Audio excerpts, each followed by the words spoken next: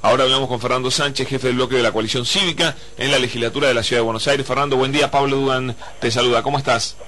¿Qué tal? Buen día, Pablo. ¿Cómo estás? Bueno, te vi al lado de Elisa Carrió en el lanzamiento.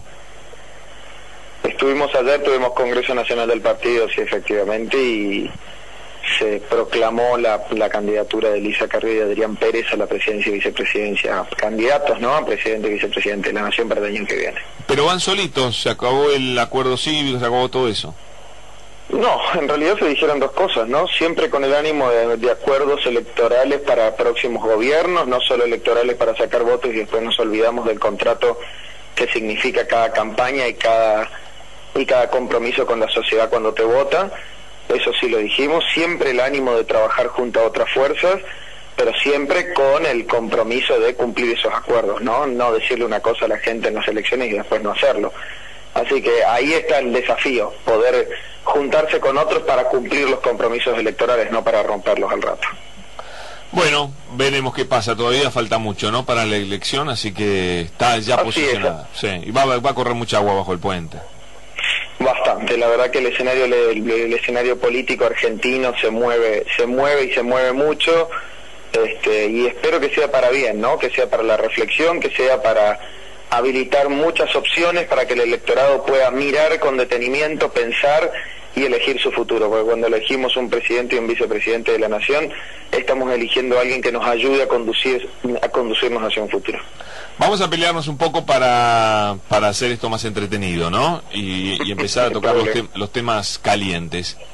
¿Cómo se resuelve o cómo resolverían ustedes, si fueran gobierno de la Ciudad de Buenos Aires, el tema del Parque Indoamericano hoy, ¿no? Con la toma, con el comienzo de la negociación, ¿cuál es la solución? Con negociación, con una negociación firme, pero con negociación, con la primera garantía que hay que establecer, que es la garantía de paz, con la segunda garantía, que es no incitar a nadie a la violencia, y después de ahí con mucha negociación.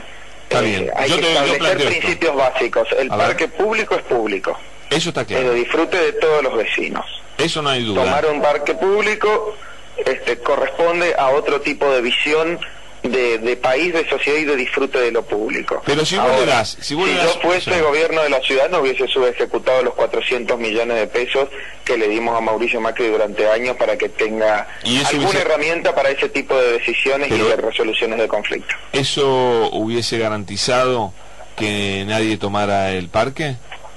Mira, hubiese garantizado mucho menos tensión social en la zona sur de la Ciudad de Buenos Aires. Los vecinos, ¿qué te dicen los vecinos de los barrios consolidados, no? De los monoblocks de Lugano y Soldati. Estamos rodeados de villas. Bueno, lo que no tienen que seguir estando es rodeados de villas, tienen que estar pegados a barrios, a otros barrios. Entonces, cuando vos no solo te dan 400 millones, no solo para que hagas casas nuevas, sino además para que transformes las villas en barrios, la tensión social, la violencia que allí se genera, esos agujeros negros donde cuesta que exista la ley, donde cuesta que se erradique la violencia, se va disminuyendo. Entonces, se empieza a convivir de otra manera. Está bien. Si vos me preguntás si hay garantía de que nadie tome espacio público, no, nunca hay garantía. Bueno, pero para. Siempre tiene que estar la fuerza de seguridad y la ley, básicamente la ley. Ahora, el conflicto es menor. Ahora, Fernando, pero si vos haces que el conflicto crezca, estamos en problemas. Supónganse que te toca asumir hace una semana y te comes este problema igual, ¿no es cierto? Por lo que no hicieron los otros. Acá creo que el punto clave que yo quiero discutir es este. Si vos le das tierras a esta gente y le das un plan de vivienda, los anotás y que en un año tienen la vivienda, ¿cómo haces para que todo el resto de la gente, que es mucha, que está en una situación de miseria también muy importante, no diga, bueno, nosotros tenemos que ir a tomar un parque público para así nos dan a nosotros, ¿no? ¿Cómo haces que el ejemplo no cunda? Bueno, ese es el problema del como vos decís, ¿no? Cuando a uno le toca reacomodar lo que otros hicieron bastante mal desde antemano y en realidad muchos no le prestaron atención aún a esos que hacían mal las cosas, estamos todos en problemas. Ayer una señora a la salida del acto me preguntaba, ¿cómo hacemos para solucionar este tema? Y entonces uno empieza a contar lo que cree, ¿no? Pero me dice, no, este tema, la situación de ahora. Entonces yo le digo, mire, no hay solución ideal ahora. Si uno le da un subsidio a esta gente para que pueda buscar solución habitacional, aunque sea transitoriamente en algún lado, algunos dirían, bueno, pero yo que no me fui a tomar ningún parque, no me toca ni siquiera el subsidio. Y tienen razón. Si le damos tierras a esas personas, otros dirían, yo estoy anotado en el Instituto de la Vivienda hace 10 años y nunca me toca porque siempre la emergencia hace que otros pasen por adelante de mi prioridad. Ahora, ¿cuál es la otra opción? Entrar a palazos. Y uno diría, y sí, sáquenlos a palazos. Y yo les diría, ahí hay chicos chiquitos, ahí hay madres, no, yo creo que acá, ahí hay pobres, sinceramente, y hay vivos. Fernando, si me preguntas a mí... Y es difícil discriminar entre vivos y pobres, chiquitos, totalmente. Por eso y vamos... buscas de la vida. Sí, inevitablemente, y vamos a tener que La solución ideal en ese punto ya no existe. No Eso es lo que quiero decir. no la hay. Pero sí es cierto que con un trabajo de desmenuzamiento de los censos, por ahí descubrís que hay gente que no le corresponde, otra gente que sí, alguna que ya está anotado y se le puede acelerar. Es decir, el trabajo que se empezó a hacer anteayer se tuvo que haber empezado a hacer desde el primer día. Claro. Pero acá están hablando de 1.650 familias, es mucha. Pero al principio eran 200 familias. Por eso. El primer día eran 200 familias. Si el gobierno nacional, mirá que yo le eché la culpa todo el tiempo a la política de desinversión de Mauricio Macri, de los 400 millones que tenía para hacer esto que yo les cuento, que es reducir la tensión social en la zona sur de la ciudad de Buenos Aires, y ejecutó 80. Si alguien me puede explicar esa falta de lógica, yo les voy a agradecer. Pero vayamos a lo de hoy. El primer día eran 200 familias. Hoy son 1.200 familias. El gobierno nacional tendría que haber mandado a la fuerza pública para acercar el predio, hacer que este conflicto sea de una magnitud manejable, aún con soluciones más justas. Ahora, el gobierno nacional se retiró.